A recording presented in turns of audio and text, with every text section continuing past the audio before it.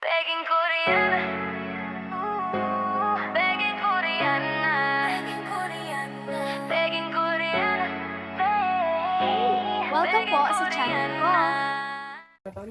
So yun, magandang araw sa inyong lahat mga lola at lolo ko, mga people sa earth dyan. So ngayon, pupunta tayo ng Kalinan kasi papayasan natin yung ngipin ko. Sasamahan nyo kami at wala kayong magagawa. Siyempre kasama ko naman yung ate ko na sana di makita kasi maliit nga siya eh. Charis. Then yung bunso namin, siya magdadala sa motor kasi pagod ang babae. So outfit check tayo. Wala kayong magagawa. Hindi pala makita. Hangin. Yun. Shirt. Tatong kalye. Shout out. Yan. Ang ate ko. So, babalik pa rin kami dito kasi bukas pa kami uuwi ng Damilag. Sobrang init. Nagkabiyahe ang babae. Walang pakialam sa init. Kahit mukha na tayong hi daw, hi. Hi daw. Bye. Bye. Yan. Sobrang init.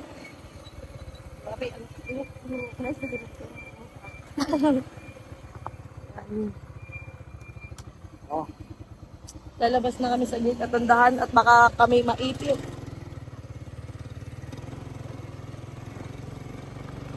Tamaan nyo kami at wala kayong magagawa po ulit. Bakit ba? May magagawa ba kami? Di ba wala? Ayaw, wala na nang palang usanan, wala na nang palang ilaga. Yo, may nakilala akong isang magandang dalaga. Walang arte, walang kolorete ang kanyang mukha. Siya ang nagpapatunay na hindi lahat mabae nasa bahay, lahat ng trabaho kanyang pinasok, maging ang pag-uuling sa bundok. Sakit ng katawan kanyang iniinda, makatulong lang sa kanyang mahal na ama't ina. Hindi marunong sumuko ang isang katulad niya, mapagmahal sa pamilya. Pangaral lang magulang ang kanyang dala, kahit saan man mapunta kaya siya ay higit na pinagpala. Lumipat ka, gawin ang sariling ibong malaya, tahakin ang landas na sa iyo'y nakatagana. Huwag kang lilingon sa mga matang mapanghusga, yakapin mo aming pagmamahal at tiwala. Lumipad ka sa alapa, pagdalhin ang iyong pangarap, andito kami sa likod mo, pumalakpak. Diyan ilala, akong isang magandang dalaga. Walang arte, walang kolorente ang kanyang mukha.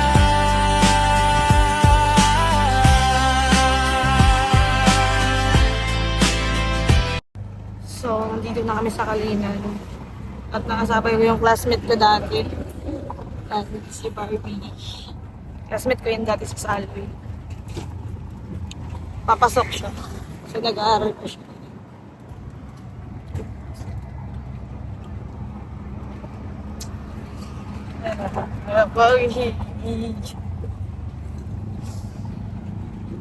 Kapatid ba namin ko? Dal siya, dal. Dal. Dal. Malapit na pala 20 niya. Ngayon May 12, 13. Magsa 7 years old na po siya. 7 years old. Hi. Hey.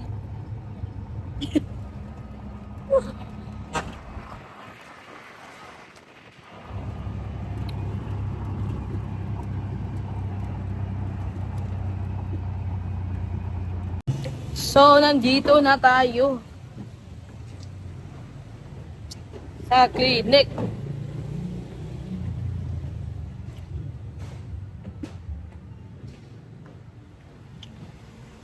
I'm here.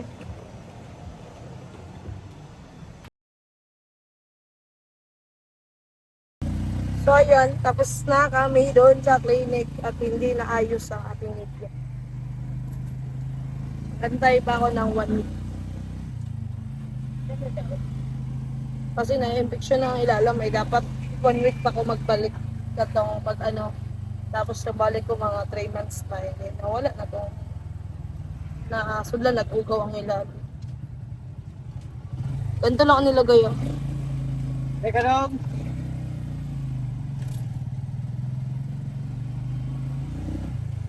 So ayan, dumaan na lang kami sa palengke para mamalingke. Syempre, nasa palengke nga ni. Para dalhin doon kila tita kasi wala din silang mga mauulam or like what. Basta, yan. Panoorin nyo na lang kasi pangit ng process ko. Bye.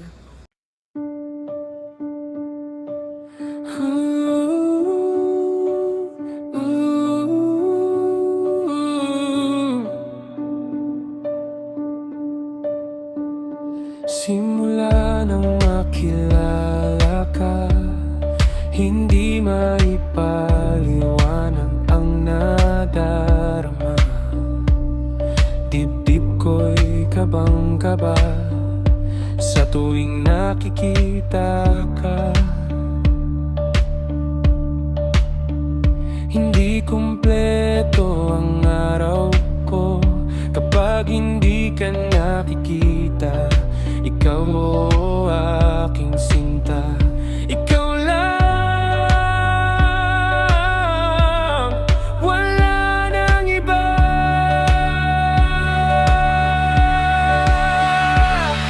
Please na ikaw na nga, ikaw ang aking mahal, ikaw ang aking ligaya.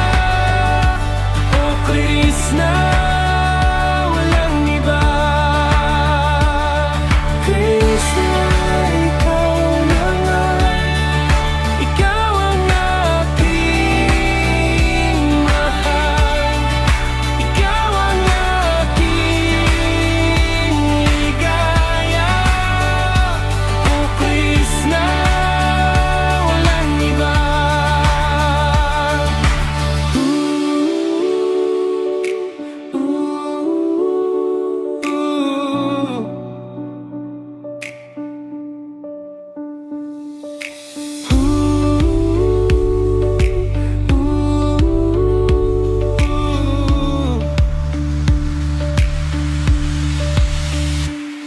Krishna, ikaw na nga, ikaw ang aking mahal, ikaw ang aking ligaya.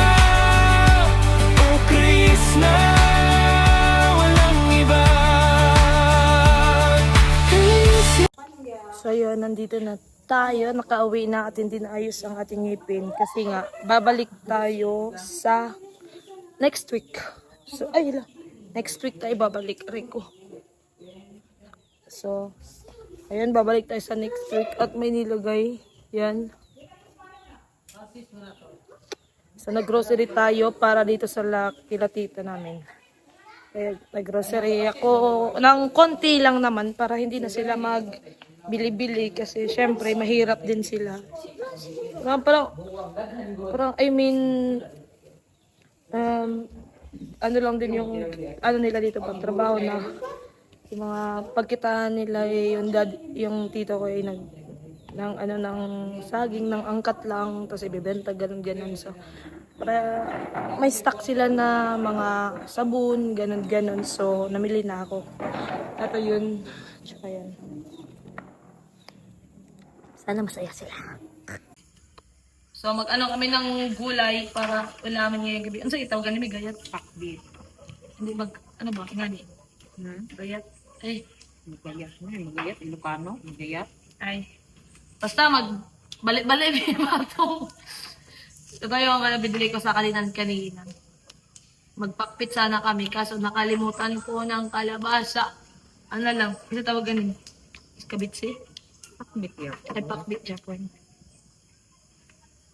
Lagyan Kasi pa rin ito bukas, ng kalabasa. uwi na kami ng Damilag. Yes. Then, balik city para tuloy-tuloy na yung upload. Wala tayong upload ngayon basta nandito ako kasi mahina nga signal. So, ayun, gabi na. At gusto kong matulog. tayo? At gusto ko nang matulog. Sinubukan ko naman kanina. Hindi talaga kaya. Ilan yun ang mata ko. Parang umupo ngayon na yung mata sa babae. Kasi ano na eh. 10. It's 9:40. Ay, 9. Ano ba? Yun, stress ako. Ewan ko ba't ako na-stress. Pero ano ko ginawa. Tinanay ko matulog. Di ako makatulog. Then, kakatapos lang ni Ugdot mag-vlog. Chika-chika din kami.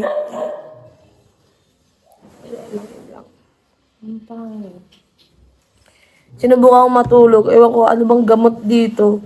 Yung matulog ka na, tapos yung utak mo panay gala pa.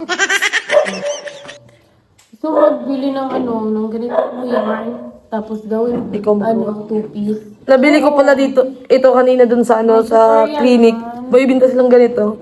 Tsaka lagay yan ng cellphone. Yan, kasi tanga ako minsan, ito. Dalawa yan. I think 100 to, din ito 150 lang. So, nagbili ako. Kasi gusto ko yung ano eh. Pero ang favorite color ko is blue or sky blue. Then black, white. Dami kong ano, basta 3. Blue, white, black. Yung favorite color ko. Then, di ko gusto yung kulay. Pero wala na kasing iba. Then gusto ko na, kasi mahilig ako sa kalo eh. Bakit ba? Yun, di ba ang cute ko? Para kang cauliflower. Oh, ganyan.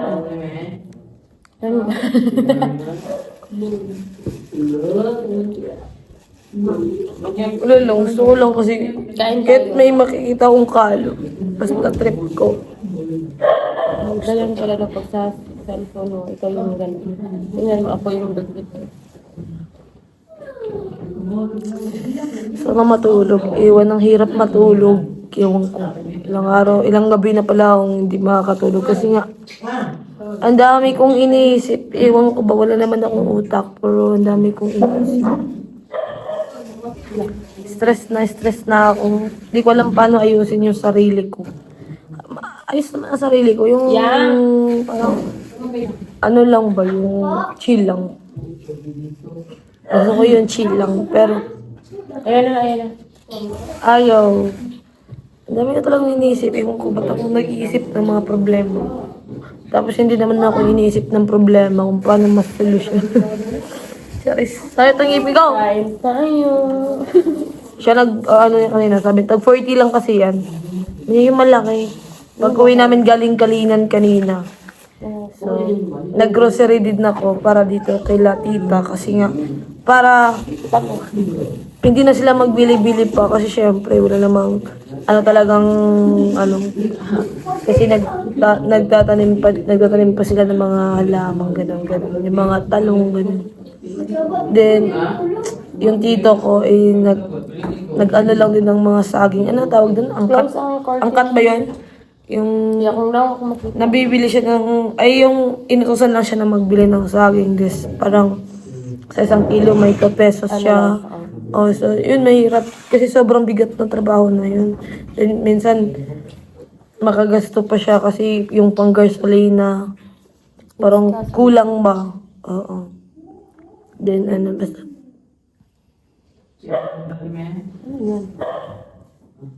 Ay, sabi niya, Hindi.